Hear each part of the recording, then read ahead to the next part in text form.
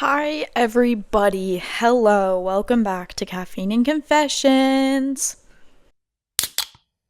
Shh. Today is going to be a longer episode, and there's a switch up. I am at Cameron's house. Yes, the one and only Cameron that I've talked about and still has not been on the podcast.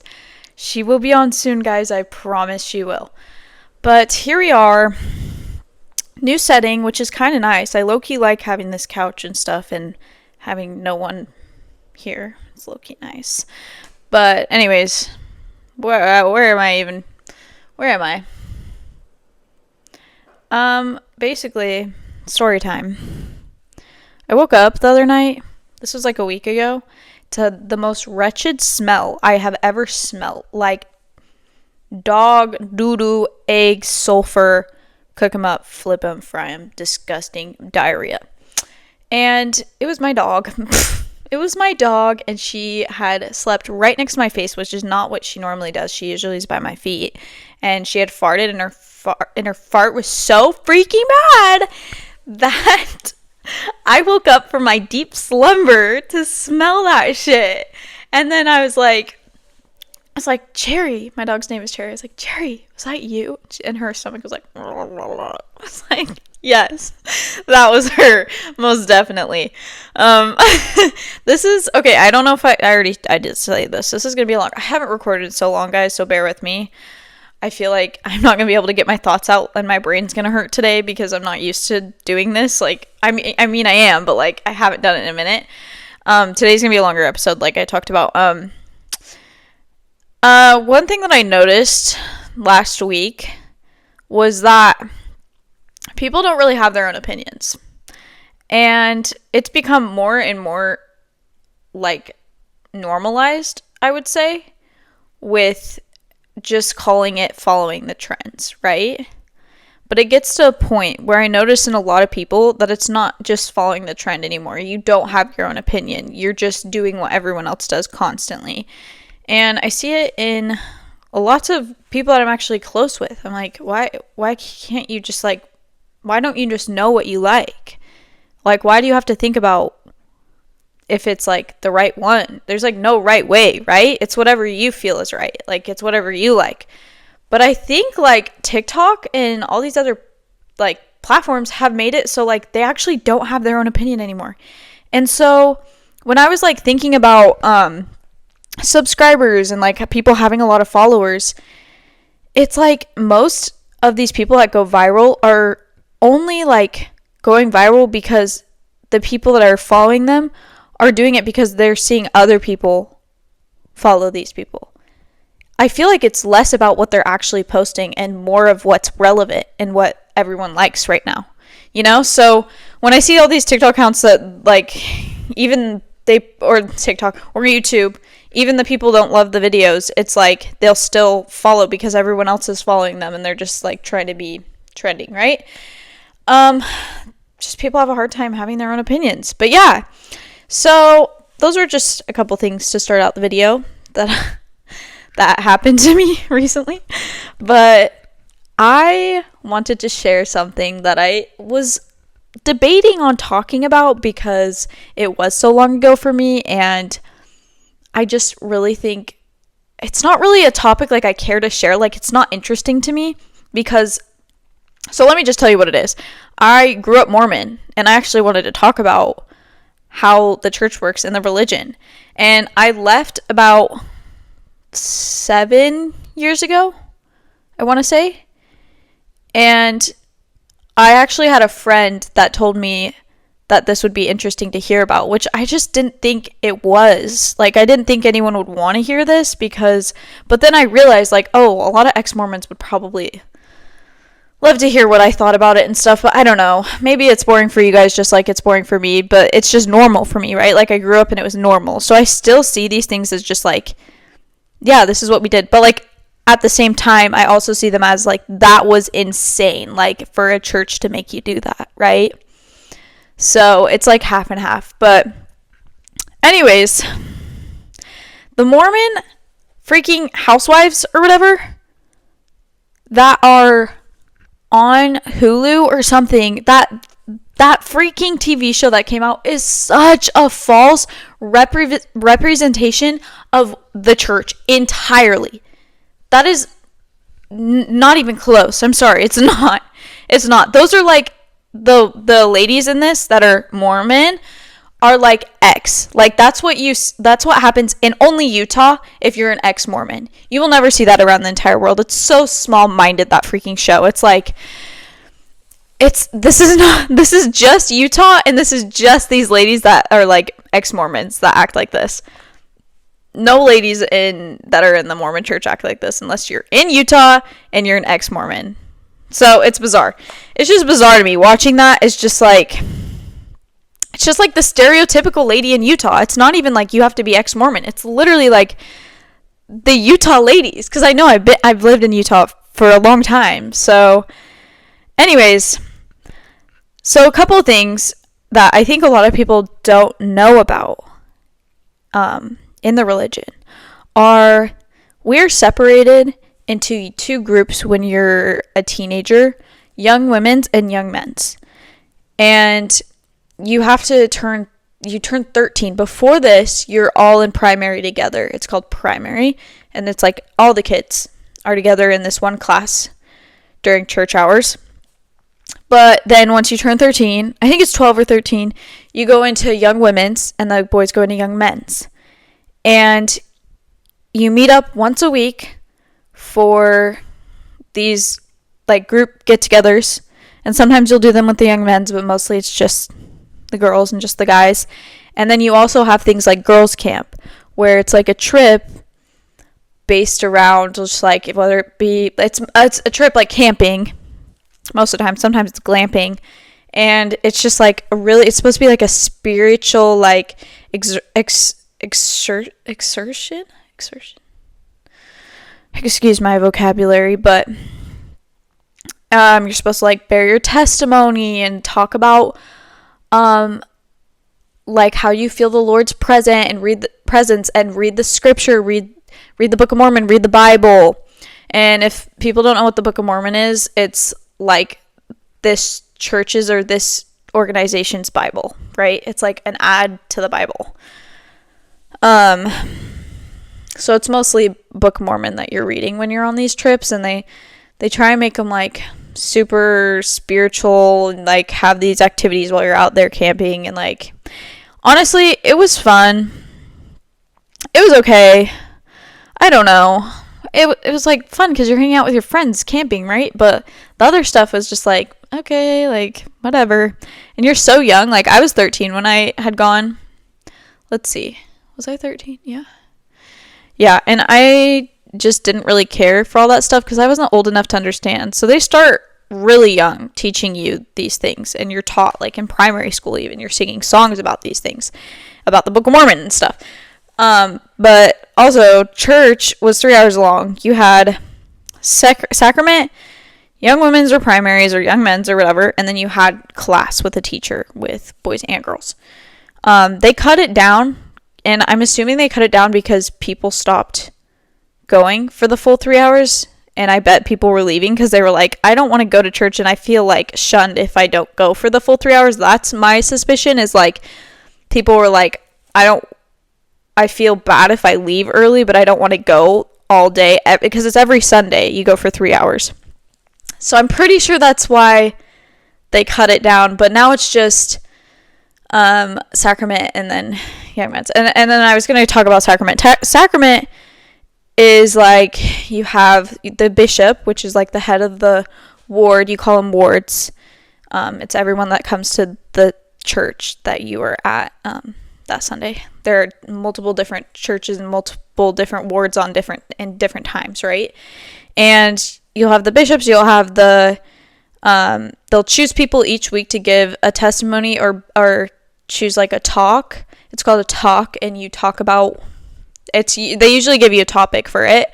I can't really remember any of the talks because I was so young. I low-key would zone out and just stare at the ceiling or lay down on the bench when this was happening. Like, I don't remember. So I was not really invested in the religion. I was not actively learning in like like, yes, this is true, right? Like, I was just like, I'm there. My parents are having us come. So then during sacrament, you'd pass out the sacrament, which was a little cup of water and cut up pieces of bread.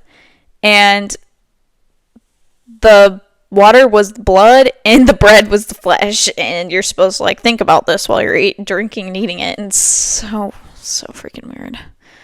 I'm sorry for the Mormons that are still in the church right now and you're watching this. It's honestly a cult. It's not even a religion. It's a cult. Oh, might get some hate. It's okay. We couldn't have coffee, no alcohol, no cigarettes, nothing like that. You're technically not supposed to have any caffeine.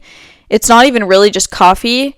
So all the Mormons in Utah and stuff that are having like these soda shops open up and all this stuff, it's just as bad for you. Like what the Book of Mormon says, it's like you're not supposed to be doing that stuff, but they found their ways around it. You used to not be able to get like more than one piercing in your ear, no tattoos, and gays were not allowed. And I don't quote me on this, but I'm pretty sure this church was racist as well. So basically all of these things, it's just like discrimination. Like, and it's hard growing up in that stuff, and like it's like isolating from other kids because you are not raised with the same morals as like someone that doesn't go to church or is not in like a religion and stuff like this. And it's really like, okay. And also what I was going to say is they've changed all these rules. Now you can be gay. Now you can have same-sex marriage. Now you can have tattoos. Now you can get as many piercings as you want. They've changed all the rules so people will stay in the church. Like, that's the only explanation for it. Because people are like, they're keeping me from doing all these things. Why would I stay in this religion that I don't even know if it's like... Because a lot of people, the whole religion is based off faith. It's based off faith. And everything is... No one actually knows what's going to happen in the afterlife. We don't really know if the Bible and the Book of Mormon and all of that was really, really true. And I believe personally that there is a God, at least something, because I've had feelings and I've known, like, there are multiple occasions where I've just been like, yeah, there's definitely something out there. I wouldn't be where I am and I wouldn't be here and stuff like that, you know? But, goodness. You basically give your entire life to this stinking religion and stinky religion. Oh, do I even talk about all this stuff? Okay.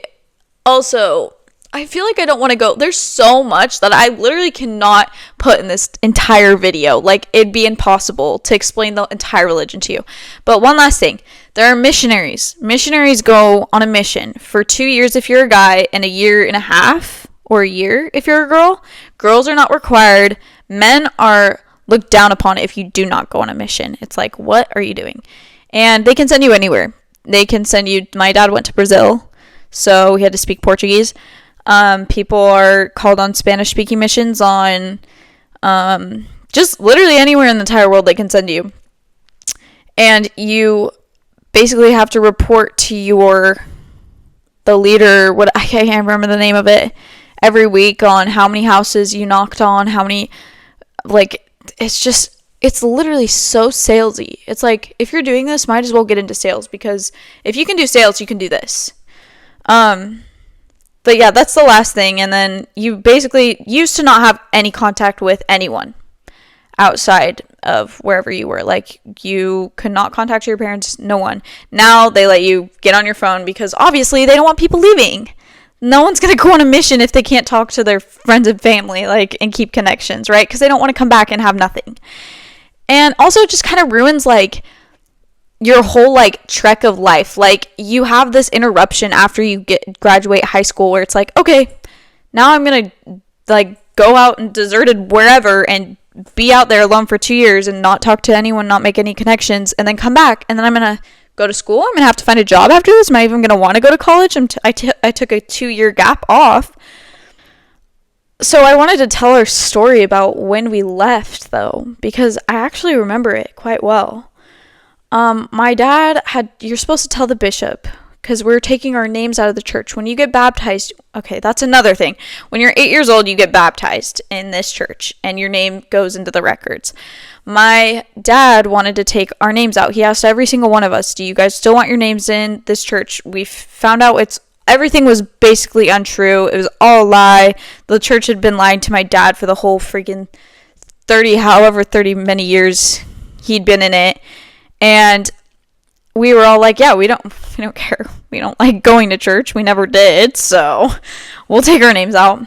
Our bishop, so he told the bishop came over, like, I think it was on a Sunday, maybe regular day. He basically got mad at my dad and was like, it was like a heated argument. My dad was actually pretty chill, but my dad had to tell him to leave because he was getting so mad about him taking our names out of the church when my dad had asked us if we wanted to stay in or not.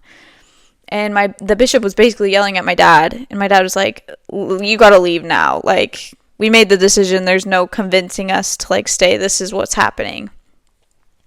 So, also, when we left, my dad lost, like, almost all his friends. It's funny because all the people that are in it are, like, blinded. They think you're the devil if you talk about, like, how you left or if you want to share your experience. They don't even want to hear it. They don't want to hear what happened. They don't want to hear, like, where you are coming from or what you found out. They don't. They think it's the devil's work, and they think that you're trying to take them down. So my dad lost a lot of friends, and most of them just didn't want to talk about it, or a lot of them just got mad and were just like, we can't be friends anymore because you're not in this religion. Isn't that crazy?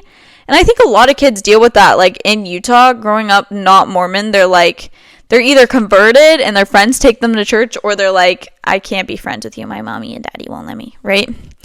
But, yeah, so basically, there's so much to go over with this, but we found out everything was false because you can literally look in the church records, and if any of you are Mormon and watching this, go do your digging. Go look in the church records. Look at is it the CEO letter? Read the letter. It's literally in their records that all of the things that they taught us at church is a lie.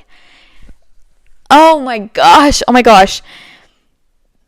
Just like the false history that they're telling us. Like, Joseph Smith had multiple wives, and if we were actually living the religion the correct way, we would be doing it like the polygamists, and the polygamists are in Utah and in Colorado, and it's basically, polygamy is like when you have multiple wives, and it's part of the religion, right? But if we were living the religion, Mormonism, LDS, correctly, they would have multiple wives, but they've changed it so people don't think they're insane, right? They don't want people leaving the church. Joseph, so I don't want to go over this, but like, there's like Joseph Smith, looked at the Urim and Thummim, and like, that's how he's able to translate. That was all a freaking lie. And just go do your digging, please, if you're still in the church. The amount of money that the church has is like bizarre. You guys people that are not Mormon don't know about this, but you are supposed to pay your tithing every month, and it's 18% of whatever your income is you're paying 18% or something like that, some percentage. I was so young when I was paying my tithing. I didn't even have a job. I was still paying money. And it was like, if you didn't, you wouldn't be blessed and all this stuff. It was just like insane. So the church has billions upon billions of dollars. Just to tell you guys. And they say, oh, they're helping the missionaries on their missions. Oh, they're helping building more churches.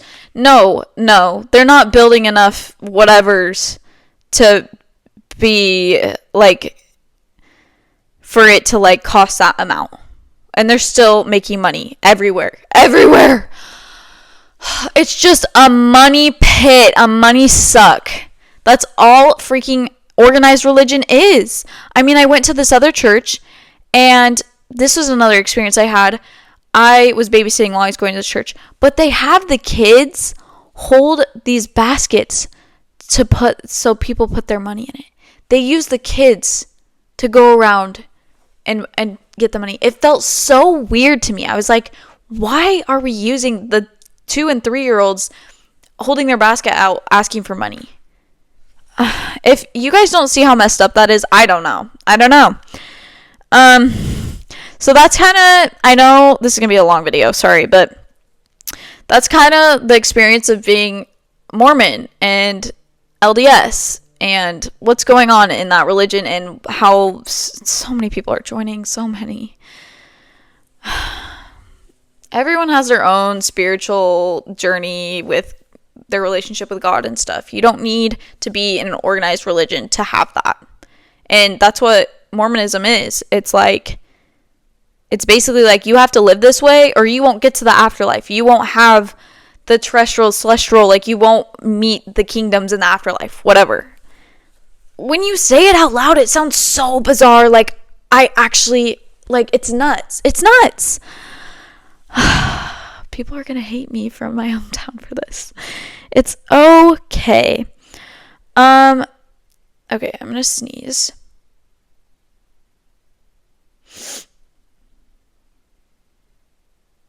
No, I'm not. Okay. The theory of having a prepubescent penis in our vagina. Everyone is going around saying this, like, apparently we have a prepubescent penis in our vagina. Like, we would have grown a penis, but it just stayed up there. It didn't grow. This sounds so crazy. So I actually was so curious because I was like, what? Is this true? I looked it up. And I will tell you, I did get secondhand embarrassment looking that up. Like, I was like, what? It's like, why are you even looking this up? Are you dumb? You learned that. You, like, know, like, I know my freaking vagina and uterus. Like, why am I looking this up? I don't know. It's not true, guys. It's, the fact that I was embarrassed looking it up says a lot. But, no, there's not a prepubescent penis in our vaginas, ladies. There's not. Oh, my goodness. Need to go back to health class. I swear we did health class when we were, how old? Like, I was like in 4th or 5th grade. Like, you think I'm gonna remember that shit? Like, I still don't know why I get cramps. I still don't know why I have a period. Honestly, if you asked me, I'd be like, the eggs are dripping and they're shedding the lining. Actually, that sounds really real. That sounds like what it is. Maybe I do know. Do I know? I don't know. Okay. So, I had a conversation with a friend the other day, and a lot of these topics, he actually gave me the idea to do. So, this whole episode is a shout out to you, Fran. I actually can use his name. I forgot I could use the name. Because, and yeah, basically, like, all these topics, he was like, this would be interesting, and then we were talking, and I was like, oh, I should put that on my podcast. Yeah. So, basically, he gave me, like, a really good, like, peace of mind with how I was feeling in the moment, because I have not been as happy as I was when I was in did I say that twice? I don't know.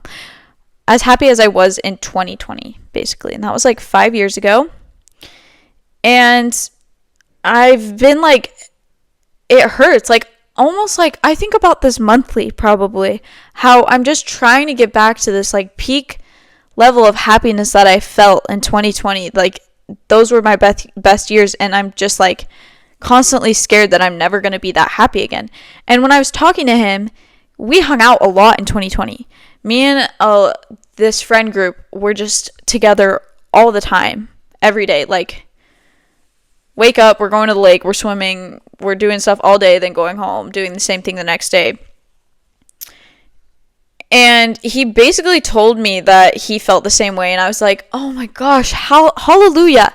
Because we've had so much going on that it's like, and like so many good things going on. It's like, how are we not at the peak happiness that we were at this time? It just doesn't make sense.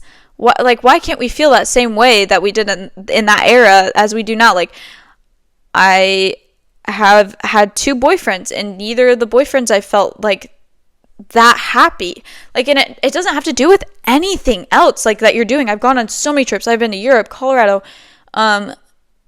Mexico, whatever, right? Like, I've traveled, I've done a lot, and still I can't find that feeling that I did in that era.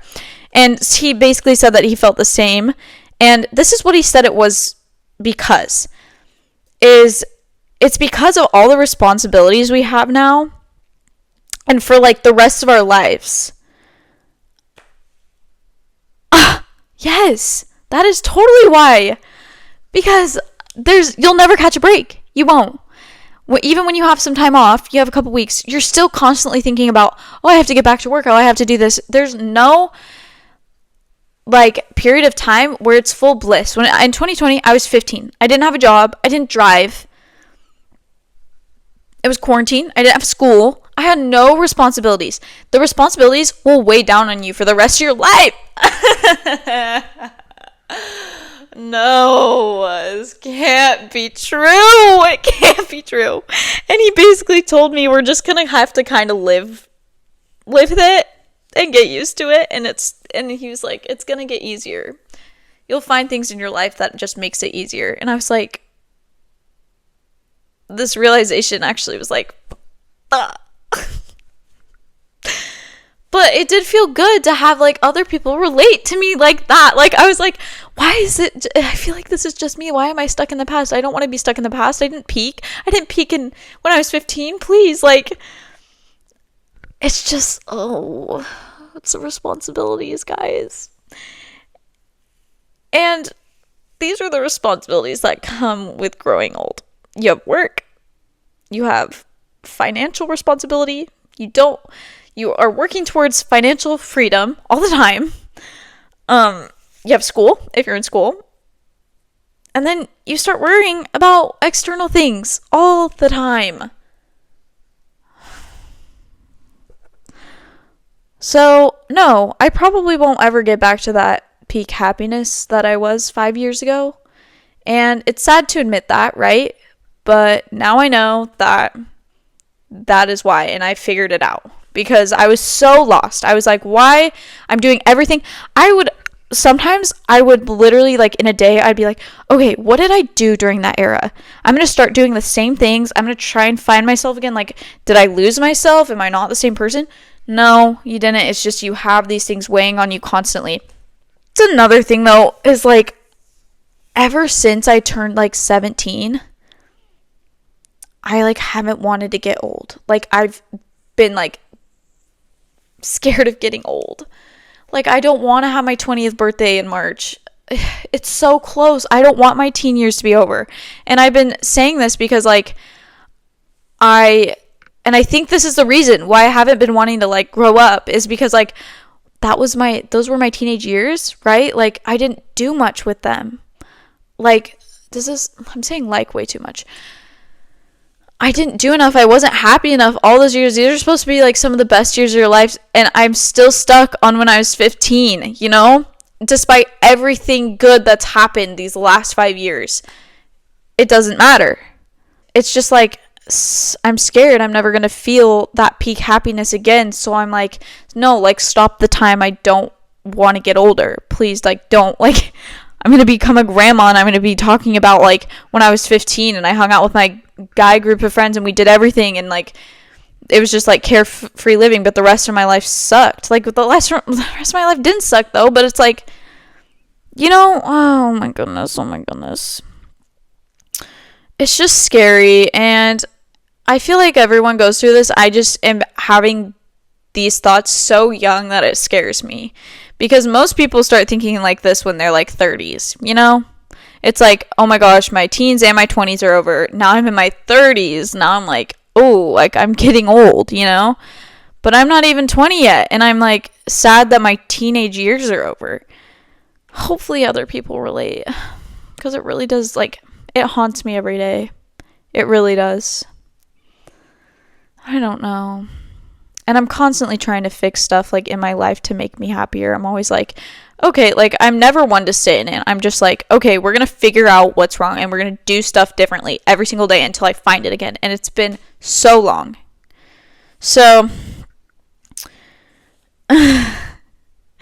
with that depressing ending, I actually thought this video was going to be longer, but we ended up being perfectly on time, which is amazing. I love that because I thought it was going to be longer, and I like my shorter videos. I did that one video that was like an hour long, and I was just like, I wouldn't even want to listen to a podcast for this long. So now I understand. And what else was I going to say? Yeah, I didn't get into the church thing fully in depth, but I just gave you guys the main like crazy things that we did in the church because I don't really care enough to go into this stuff. I wasn't fully invested like my dad, and I know my dad could talk about it for ages because he served a mission. He did all that stuff. He paid his tithing. The thousands and thousands upon thousands of dollars that he paid in tithing, that is just was wasted and is just giving it to like, I could not even imagine. It's your whole identity. It's ripped away from you. All your friends gone. I just can't imagine, right? But since I wasn't fully invested, I didn't really know enough. I was so young. I didn't really believe it in my heart, you know? I wasn't... Yeah, I guess that's what I'm trying to say is just like, it's different for me because I was so young when we left, but I'm glad I could give the info I did just to show you guys how insane it is. And if you are an ex-Mormon, you're not alone. Like, lots of us had to grow up and leave and stuff. And I know I probably am not having the same experience as you because maybe you're older than me and you actually were invested. So I do truly feel for you though, because I know how that could be, even though I didn't go through it.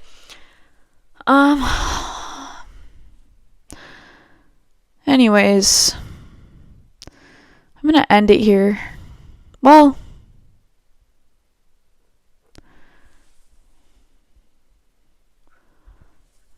some random topics really quick. I cut off my nails today. I was growing them out for so long, and now I have one hand with my natural nails that are so long, and this one because I wanted to play guitar. And the last time I played guitar was in 2020, so isn't that crazy? And I actually loved it, but I haven't played in like 4 or 5 years, and I just picked it up again, and there goes all my work of growing out my nails, which I don't really care about. Like, I don't know. I was kind of over them. Like, stuff kept getting stuck under them. Also, I did my eyebrows today. I love having a fresh eyebrow day because even if you don't do any makeup, if you have your eyebrows done, you just like feel better. I don't know. But isn't it so funny how like moms don't want you to pluck your eyebrows? Like, my parents hate when I do anything to my eyebrows. I'm like, chill out. I looked like a dude. They needed to go. These things are way better than before. They used to be bushy man eyebrows. Thank you very much. Okay, thanks for watching. Oh, I'm still yapping. Here I am, still yapping. My hair is looking so healthy. Okay, I'm actually done. I'm done, guys. See you guys on my next episode if you're still listening to me and this podcast. But thanks for joining me today. Ruff, ruff. Actually, you guys want to hear my dog bark really quick? Okay, I will be done after I bark like a dog. Here we go. This might be terrible in the mic. Here we go. Ruff, ruff.